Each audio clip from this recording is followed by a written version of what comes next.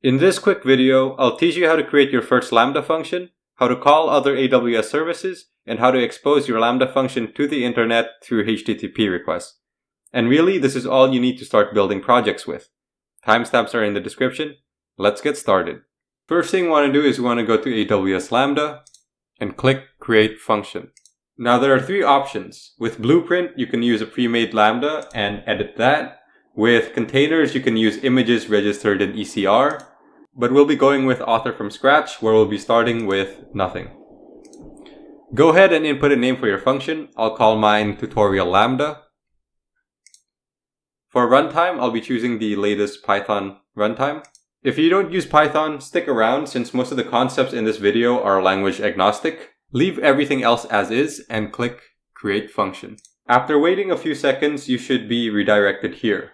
For now, you can ignore everything at the top and go to the code editor. Lambda will run the lambda function.py file and execute the lambda handler function. The event parameter is where the code accesses arguments when it's triggered. The context parameter is how you access information about how the lambda was triggered. To demonstrate, I'll access the message parameter from event and return it. Here I've made my code changes. I'll go ahead and click deploy. And to test this function, we'll create a new test event. Go to this test tab and give your event a name. I'll keep this event private, and here in the event JSON is where you can specify arguments to send to your code. So I will add a message argument and set it to hello world. And all this is just a JSON containing the arguments I want. Now I'll go ahead and click save. And now I'll click this test button to run the Lambda using these arguments. And it returns hello world, the exact same message that we put here. Great. One common thing you might do in Lambda is to access AWS services. I will demonstrate how to do this by reading a DynamoDB table. There are two parts to this. The first is that you can use the AWS SDK that is built into the Lambda runtime to access other AWS services.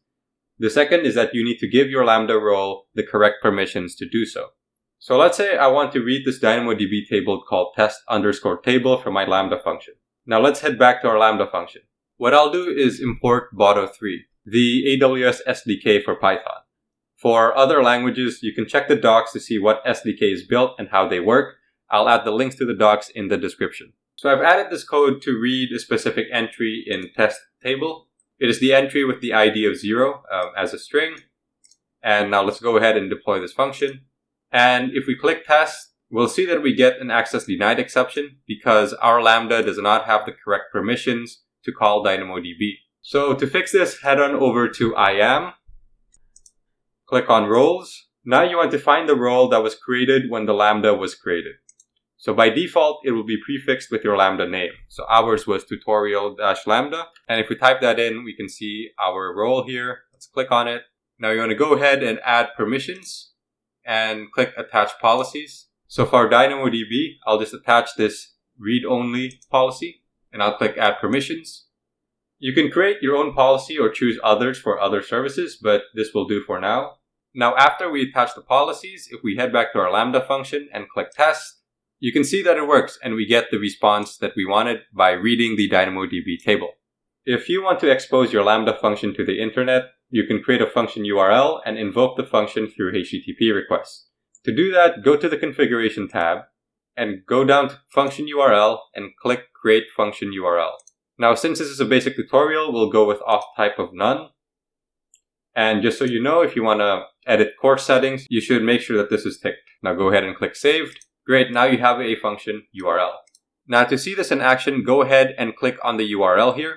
And as you can see, it just returns whatever it was that we returned before. And this has triggered our Lambda function and pulled from the DynamoDB table. Now if we go back to our code here in the console, let's make it so that we grab the request body and return it. To do that, we need to access body in event. So I've done just that and I'm returning this variable. Now let's go ahead and deploy. Now in the description below, I'll be linking the full documentation as to what the event variable is when it is invoked through a function URL. So you can get things like query request parameters or headers, and you can implement more logic based off of that. Now go over to your favorite HTTP client. For me, I'll use the Thunder client extension in VS Code. Now copy the function URL that you're given, and I'll change this to a post request. In the body, I've added this payload that says sent from function URL as a message, and I'll click send, and there you go. We get the same message in return. Now, we've barely scratched the surface of what we can do with AWS Lambda. First of all, you should remember that function invocations cost money, so try not to expose your function URL publicly. You should know that if you're planning on hosting a REST API on AWS Lambda, you're better off integrating Lambda with API Gateway to make the endpoint more secure. For more complex functions, you'll want to set up a local development environment with Docker containers to simulate the Lambda runtime for testing. Let me know if any of those sound like interesting topics, and I'll be sure to cover them. Thanks so much for watching. Remember to like, comment, and subscribe. Peace.